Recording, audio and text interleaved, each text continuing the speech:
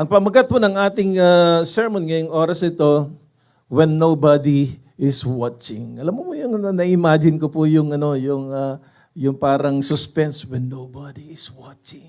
No? Madilim. Nobody is watching you. Okay. So ito po ay biblical kasi makikita po natin sa buhay ni Joseph. Joseph and Potiphar's wife. It's a big question to me kasi it's a talk of the yung Christian about Potiphar's wife. She should but be given a name, di po ba? But this lady was a Potiphar's wife. Well, Joseph, remember Joseph was being betrayed by his brothers. They threw him in the pit, right? And then hindi nila na konsensya na pabayaan na lang nila ang kanilang brother. And so they decided to just trade Joseph to the merchants. Okay? And then they trade to the merchants. Those are Ismailites. Those Ismailites, they bought Joseph for 20 shekels. Alright, hindi ko alam kung magkano yung 20 shekels. But binenta nila. And then the Ismailites went to Egypt. And then Potiphar also bought Joseph with them. Ganun po nangyari. So, Potiphar is a very wealthy man. He's an officer of Pharaoh. Yung si Pharaoh parang king or kaya presidente sa isang nasyon, di po ba? Pharaoh is a big high, but Potiphar was a chief of the guard. He's a wealthy person. He's an influential person. At ito na nga po, Joseph was favored by God. All the things that he do in his work, he prospered. God prospered him. And so, Potiphar promoted him as an overseer. All right? Overseer means siya yung nagmamanage lahat. He managed all the property of Potiphar. All right? So, pagka naging faithful pala tayo, if we are faithful and the master we are serving or the employer that we are serving, it's good enough. It's right. You're worthy to be promoted. So, Joseph, just like that. And Joseph was called by the Lord. He has a gift. What is the gift of Joseph? He dreamed dreams. Right? He dreamed dreams. And yung dreams niya ay doon din siya talagang binagsak talaga ni Lord. At makikita niyo po doon kasi because the brothers was so envious with him because of his dreams. So sometimes we're calling, sometimes people challenge our calling. Amen? But if we stick into the calling, we are committed to that calling, God will promote us just like Joseph. Because at the end of the story, makikita po natin that Joseph was being prospered by the Lord. Talagang exceedingly. Amen? Who wants to be faithful to his calling? Amen? Even though you're being challenged, right? His own brother betrayed him, right? So, what happened is,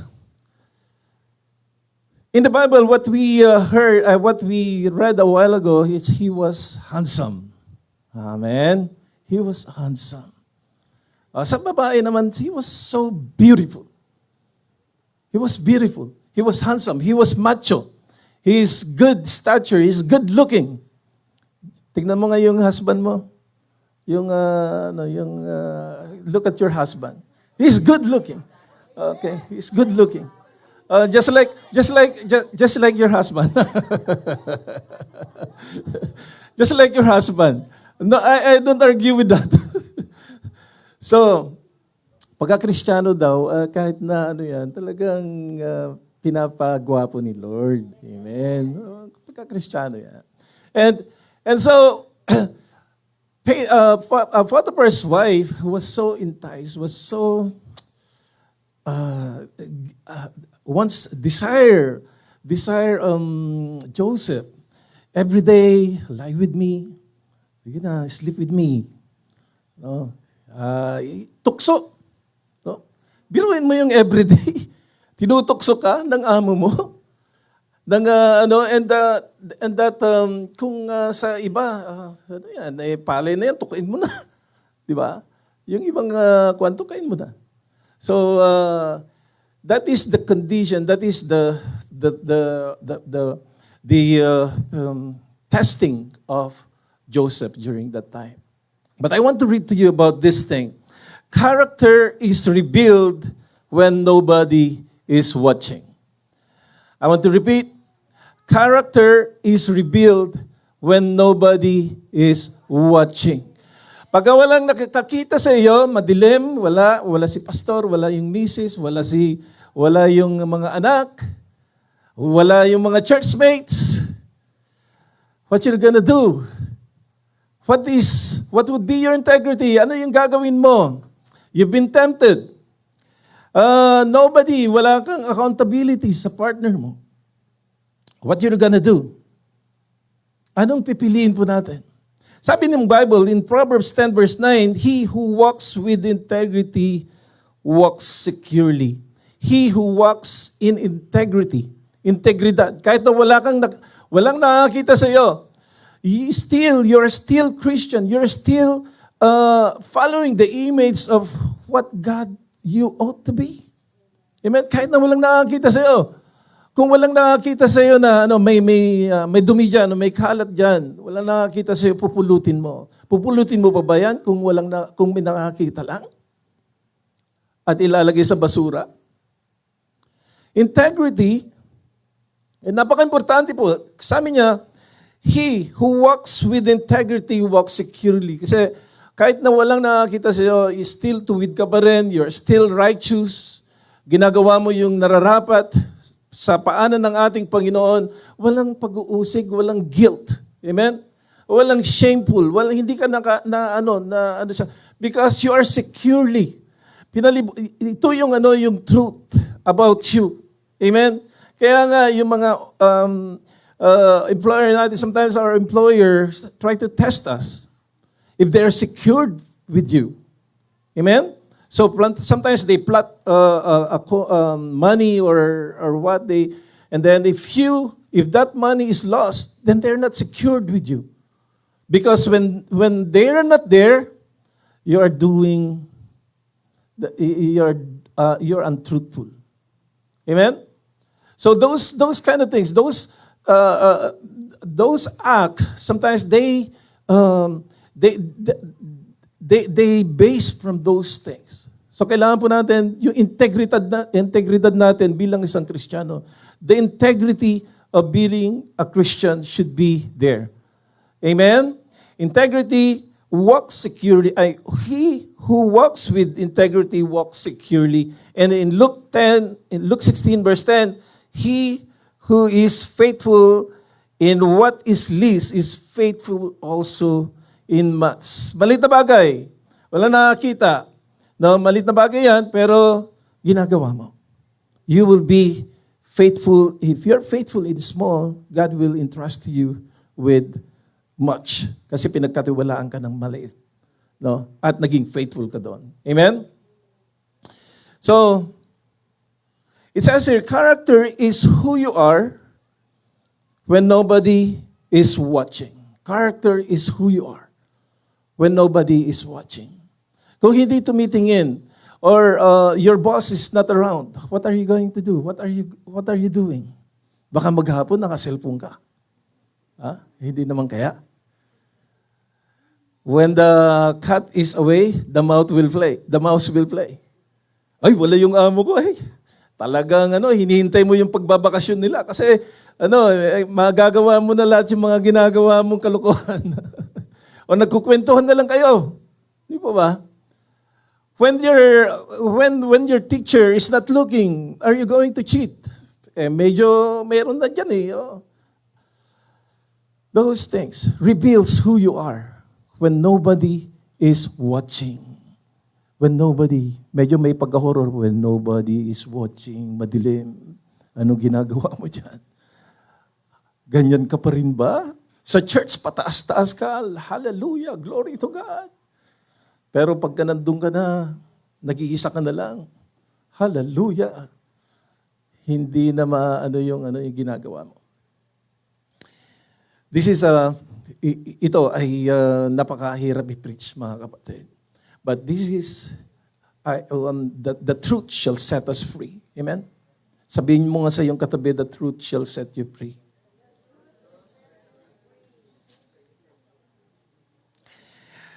Now, Joseph was tempted. Wow. Joseph was already tempted. And temptation is all around. Okay? It's all around. Kaliwat kanan yan. Paglabas mo dito sa church, temptation is always there. Amen? Temptation na magalit.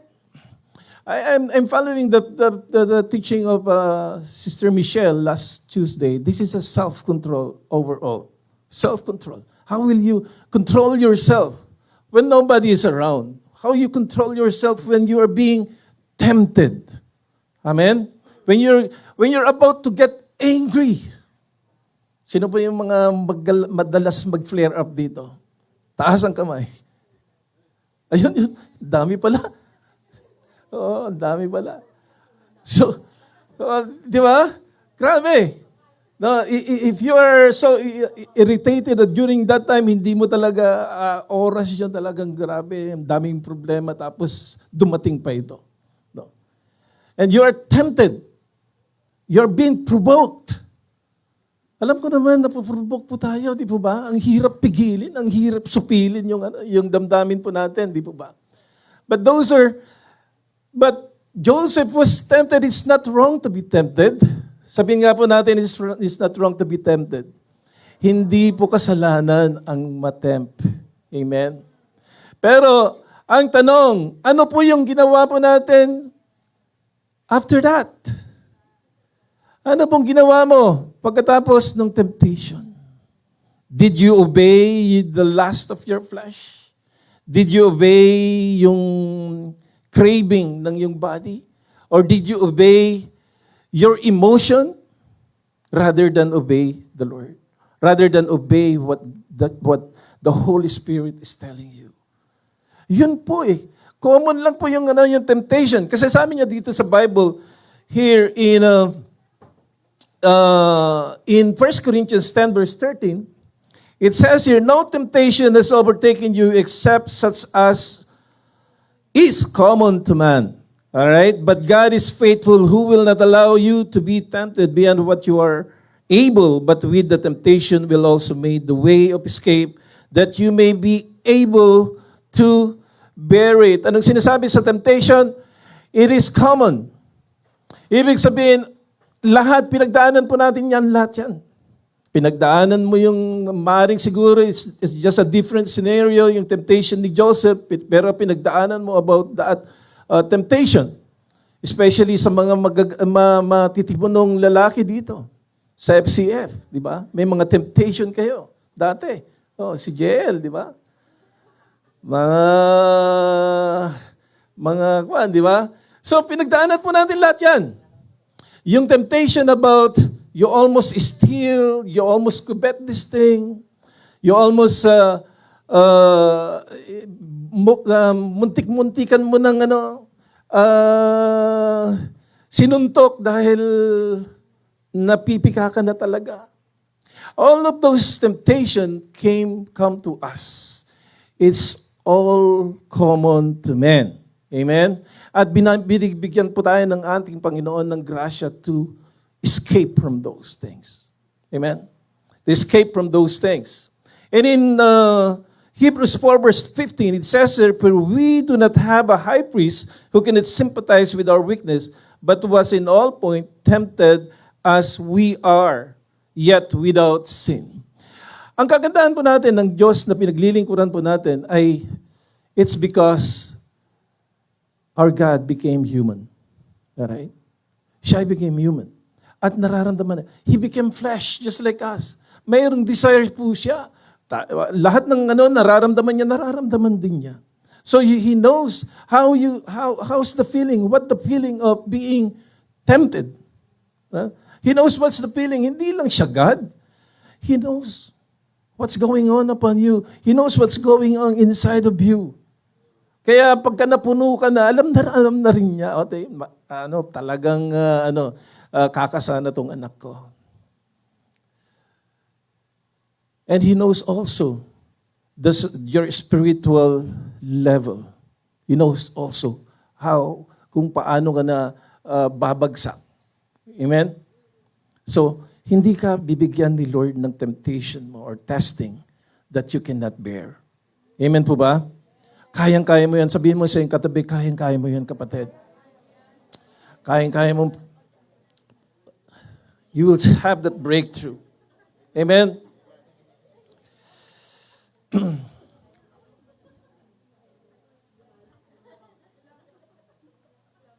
Temptation. Pinatawad mo na pero parang maabusado pa rin. Nagsasabi pa rin ng hurtful sa iyo, offense point sa iyo. Pinatawad mo na nga. Anong gagawin mo kaya? Babalikan pa rin. Talagang grabe Di ba, Juju? Binabalikan pa rin. Pinatawad na kita eh. Kaya, uulitin mo ulit. So,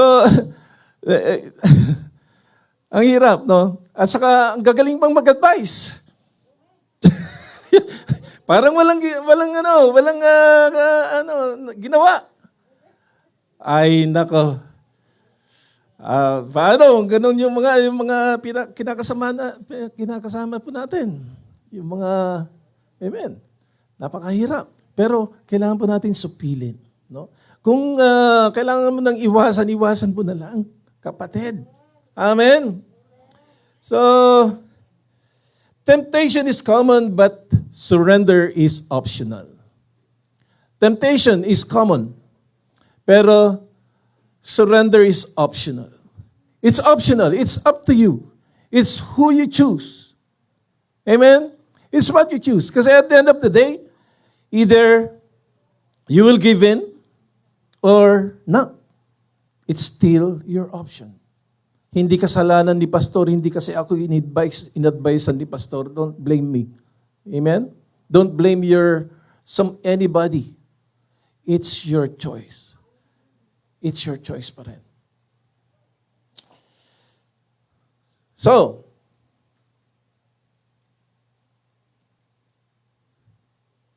sabi dito, temptation comes to everyone. Amen?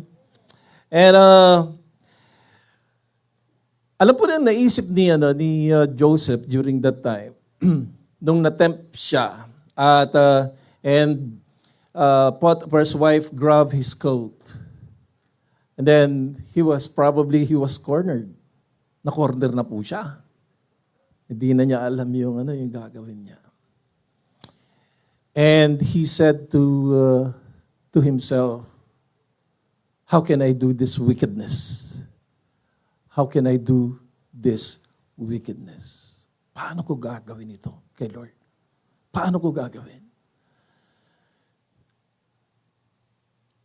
Maybe you interpret that thing. You might interpret, people just say, oh, normal lang yan, pare, okay lang yan. Kasi dito naman sa isla, ganyan-ganyan. No? It's a way of life. But if you're a Christian, you should think about who you are. How can I do this wickedness? How can I do this wickedness, Lord?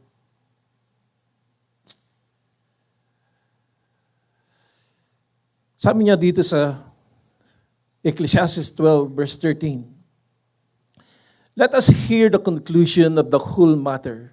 Fear God and keep His commandments, for this is man's all.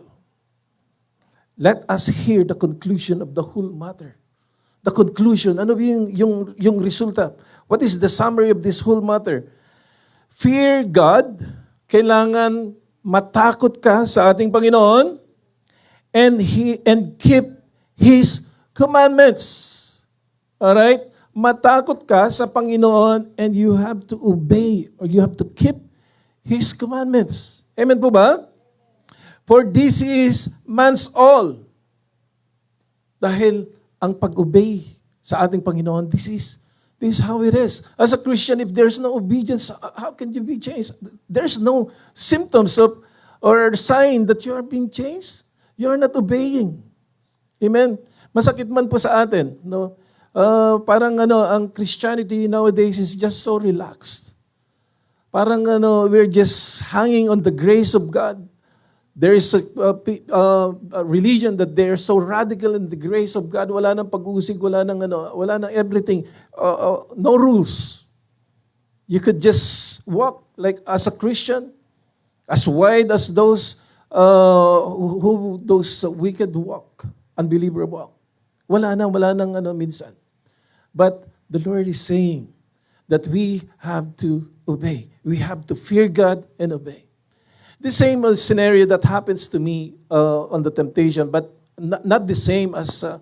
We said that those temptations are common to men, and I was being tempted also in this scenario. Me and my wife already here, and there's a lady that wants to have a baby with me. Grabe, Dito na yung asawa ko. Sabi ko. They don't have a baby, but because he chose me because I have a lot of talents.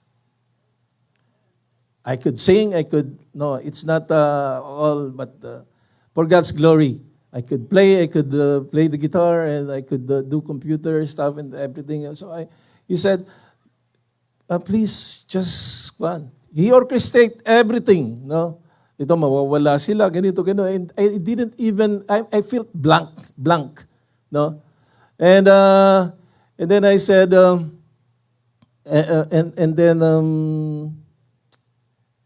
I was so stunned because that I know her, and I know she knows also my wife, and I said, the first thing that I thought was my family. My family. The first thing that I thought is my family. And I asked myself, how can I do this to my family and to the God that I serve? So I said to her, I have a family.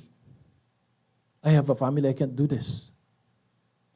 But then she persuaded me and stuff like that. No, I have my family. The first thing, when we stopped conversing, I said, there's a revelation that if I take this alone, na walang nakakaalam, I could probably sometimes I will be that vulnerable that I could become weak during that time at babalikan ko siya. Di po ba? So, sinabi ko kaagad kay Mrs. And I called my wife, well, this is what happened. And she said she even trusted me, good thing pa, because, you said that, but he can't believe that happens to me. And then after that, I also talked to my pastor as my spiritual covering. Amen? Talk to your wife, your family, talk to your pastor to pray for you. And that's what I did. Amen? What happened? Joseph says, this is wickedness. How can I do this to God? This is wickedness in the sight of God. Amen? Ang napakahirap kasi this here in Cayman Islands, no? And there's a lot of things going on here. And it's a spirit that is really so prevalent nowadays, and you can't deny it. They came here to support their family, to have their future, the family to have their future. But then, when they come here, they give in to the temptation. And then what happened? Their main goal is to support their family, to have their families brought up with a good future. But what happened? It was ruined because they gave in to temptation. Amen? They gave in to temptation. Nawala lahat. Kapatid, panandalian lang. It's just a couple of hours. It's gone. Amen? Don't sacrifice your family because of those pleasure. Amen? Can you say amen? Tahimik, ang tahimik natin.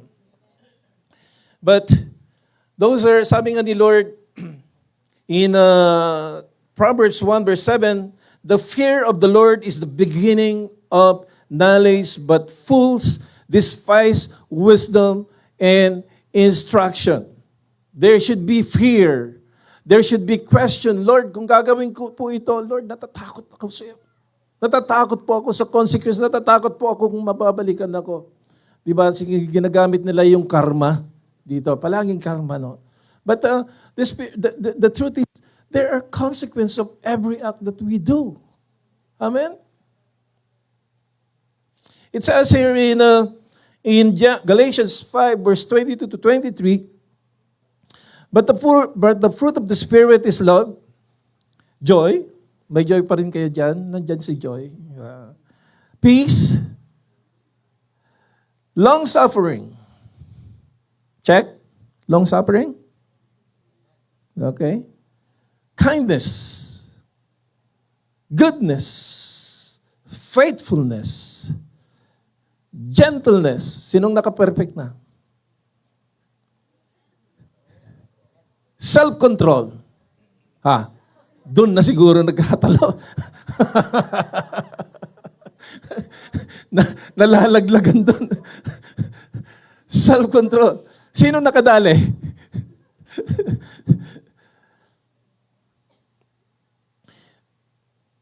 Tunay nga that self-control, pagtitimpi. No? Sometimes this is a testing. I'm not saying that marriage doesn't go to that, yung arguments at pagtitimpi, nandun yung talagang pagtitiis, kailangan to suppress your feeling. At nangyayari sa amin ni Mrs. No? Magdadrive ka, tapos may sinasabi siya, tapos hindi ka na lang magre-respond sa sinasabi niya kasi mag-argue na lang kayo eh. No? Ang tagal-tagal mo nang magdadrive pero sasabihin pa rin niya, dito sa kaliwa, dito ka sa kanan. Di ba? Dito ka, straight ka kasi. Di ba? Ang tagal-tagal ko nang nagdadrive, ha? JL, ha? Araw-araw. Paano yun? Kung mayroon lang sanang bulak, para lang ayos na sana eh. Pero, nasasanay din. No, Brother Richard, nasasanay din. Nasasanay din. Nasasanay din. Kahit na ganun yung itsura minsan. Nasasanay din. You still need to divert that her attention. Ang ganda nito, Tingnan mo. Ang ganda na ng building, Gaganon ka na lang, tingnan mo, mawawala yan. Kwentuhan kayo, nawawala rin, no? So, those are the testing of mag-asawa minsan. No? This is so challenging. Yan, challenging. I'll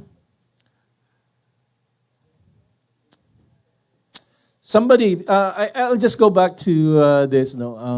Minsan kasi we too much arguments, especially sa mga doctrines and I'm not saying that we are we don't avoid presenting ourselves that we are having a good doctrine and stuff like that. Sometimes arguments, especially sa ibang religion, huwag ka na kayong pumatol sa mga argumento or debate. Especially mga Kasi ang pinag-uusapan lang naman ninyo yung si Lord, di po ba? Parang nadudungisan mo yung pangalan ni Lord. Kasi nag-aaway-away kayo. Hello? Nag-aaway-away kayo. So it's better for you to retract from those arguments, from those debates. Amen? So, It says here, the fear of God is stronger than the pleasure of sin. And I will repeat, the fear of God is stronger than the pleasure of sin. Pleasure of sin. Anong naibubunga? Yung pleasure, masatisfy ka. But the fear of God is more stronger. Is more powerful. Kailangan mangibabaw yung pagkatakot natin sa ating Panginoon para masuppress yung desires, masuppress yung pleasure of sin na kinakaharap po natin.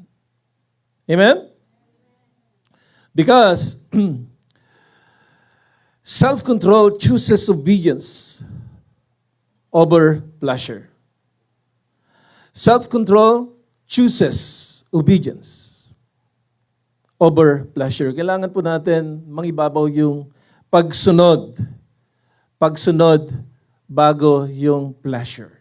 Amen? It says here, ano pa yung ginawa ni Joseph nung na-corner na po siya? Ano yung ginawa ni Joseph nung na-corner na siya ni Potiphar's wife? What did he do? What did he do? Tumakbo. Amen? Did he say, Lord, tukso, layuan mo ako. Temptation, keep out from me. Layuan mo ako, tukso. Di po ba? Si Eva Eugenio, kilala mo yun si Eva Eugenio? O tukso, layuan mo ako. No, walang malakas sa ganung tukso. Ha? Walang malakas doon. Kapatid, mapababae, mapalalaki. Amen? Ano pong gagawin po natin? Takbo. Tumakbo ka na. Amen? Sometimes self-control means running away. Running away from it. Hindi ka duwagan yun. You're just using your wisdom. You're just using what Joseph did. Kasi siya ay lalaki. He is youth at that time, mapusok. Pero pagka nagtagal siya, parang sa'yo, ipikit ko na lang yung mata ka, Lord. Basta, ipipikit ko na, hindi ko makikita, kailangan.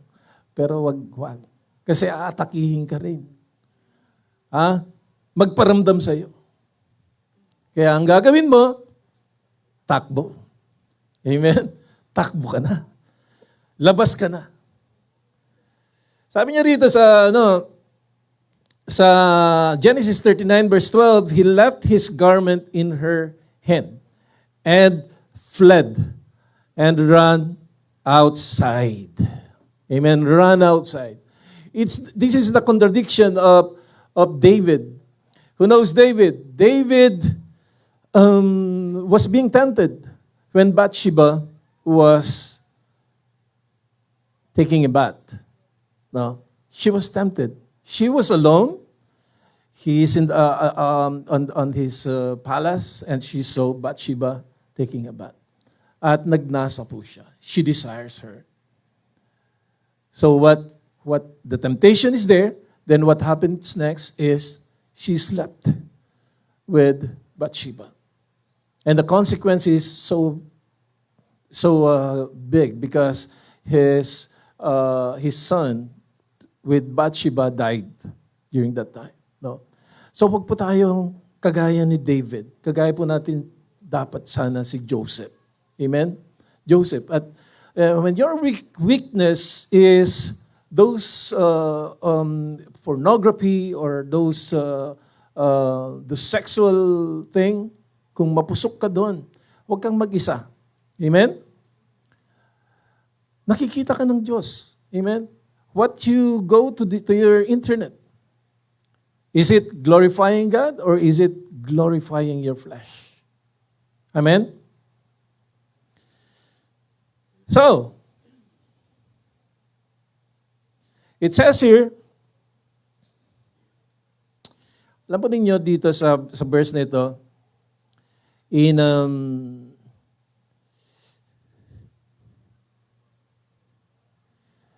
verse 1 Corinthians 6 verse 18, sabi niya rito, flee sexual immorality, Every sin that a man does outside is outside the body.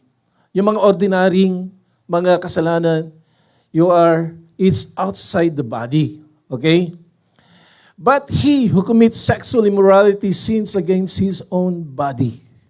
Sins against his own body. Ano pong ibig sabihin nito? Sexual immorality, it's sexual consummation is sacred.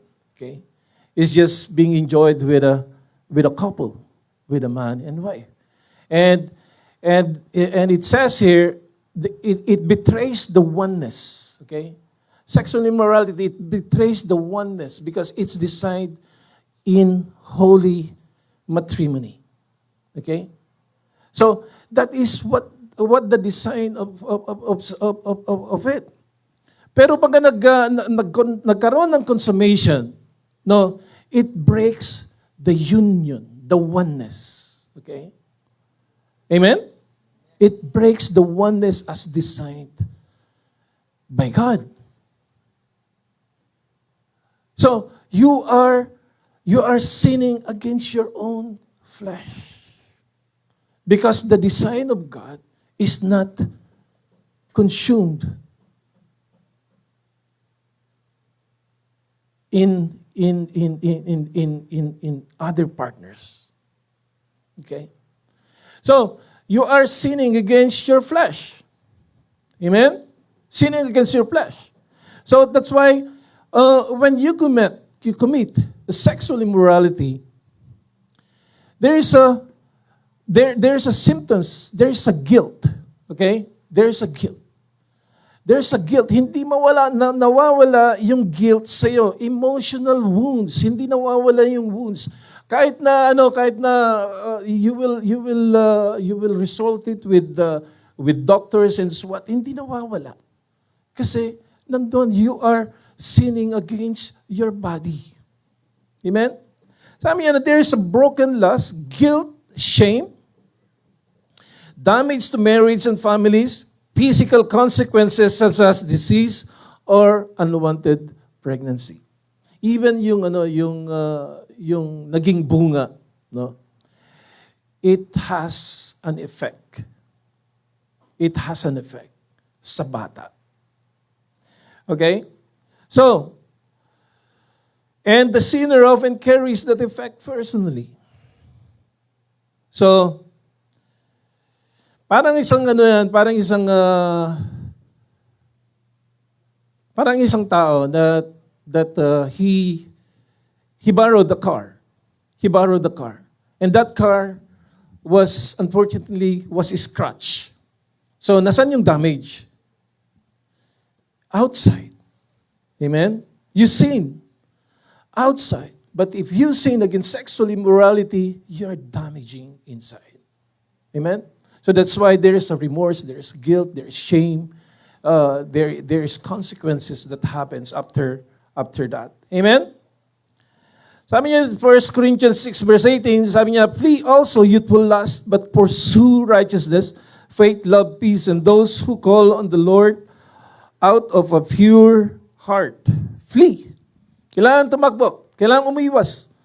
Umalis ka dyan. No? In Proverbs 4:14 verse 15, do not enter the path of the wicked, and do not walk in the way of the evil. Avoid it. Do not travel in it. Turn away. All right? Turn away from it and pass on. Huwag kang tumagal, huwag kang steady dyan. Kasi sabi niya dito that you should walk away. Amen? In Proverbs 4,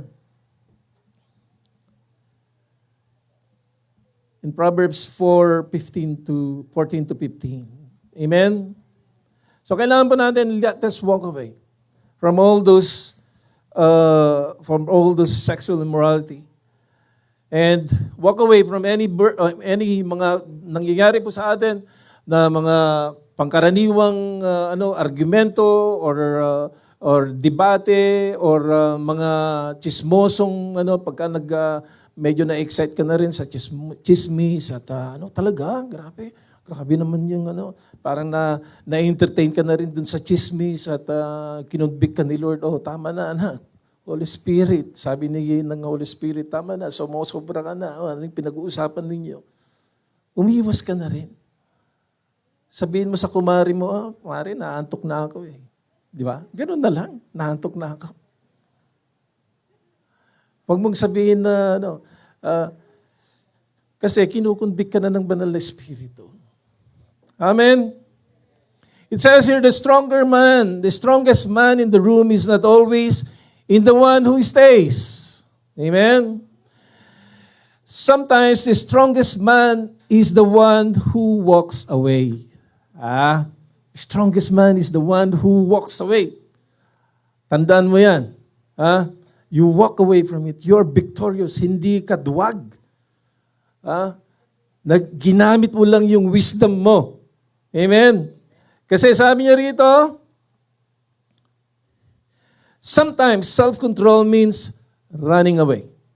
Self-control. Pagtitimpi. You want to suppress your feeling. You just need to walk away. Pero huwag mong sabihin, huwag mong gawin sa asawa mo yan, Kasi hindi ka nakikinig. Di ba? Sasabihin niya, hindi ka nakikinig. Hindi ka interested, hindi ka interesado. Pagka gano'n, Lord, I pray na hindi ko marinig yung mga sinasabi niya. Para gano'n, di ba? So, it's better sometimes, to control yourself, it's better for you to walk away. Amen? Para hindi ka mapasubo. Amen? Hindi kayo mag-away. So, running from temptation is not weakness, it is wisdom. Ginagamit mo lang yung wisdom mo. Amen? Joseph lost his coat. Joseph lost his position. Joseph lost his comfort, but he did not lose his integrity. He did not lose his character. And in time, God elevated him. Pagkatapos ng victory ni Joseph, talagang nagpalakpakan yung siguro, tuwan-tuwa si God dun sa ginawa niya. He walked away. He didn't compromise for the temptation. Tuwan-tuwa si Lord. Pero ang sitwasyon ni Joseph, hindi po siya nangyari siya po ay nagkaroon ng pumunta sa bilangguan dahil dun sa ginawa niya. But God has vindicated him afterwards. Amen? Because he turns out to be the governor, second in command. Amen? Kaya ang pagtitimpi, self-control, may reward yan kay Lord. Amen? May reward ka kay Lord. Sabihin mo, may reward ka kay Lord. Amen. Tayo po tumayong lahat. God bless you all. Sabi rito sa Psalms 84, verse 11, for the Lord, God is a sun and shield. The Lord will give grace and glory. No good thing will be withheld from those who walk uprightly. Okay? Kaya, if you walk uprightly, hindi ka pagpapalain ni Lord. Kasi sabi niya rito, no good thing, walang puro good ang gagawin ni Lord, no good thing will be withheld. Hindi pagkakait ni Lord yung mga bagay na inaasam mo, pinagpipray mo sa iyong buhay. Because you walk uprightly. Amen? You walk uprightly. Hallelujah.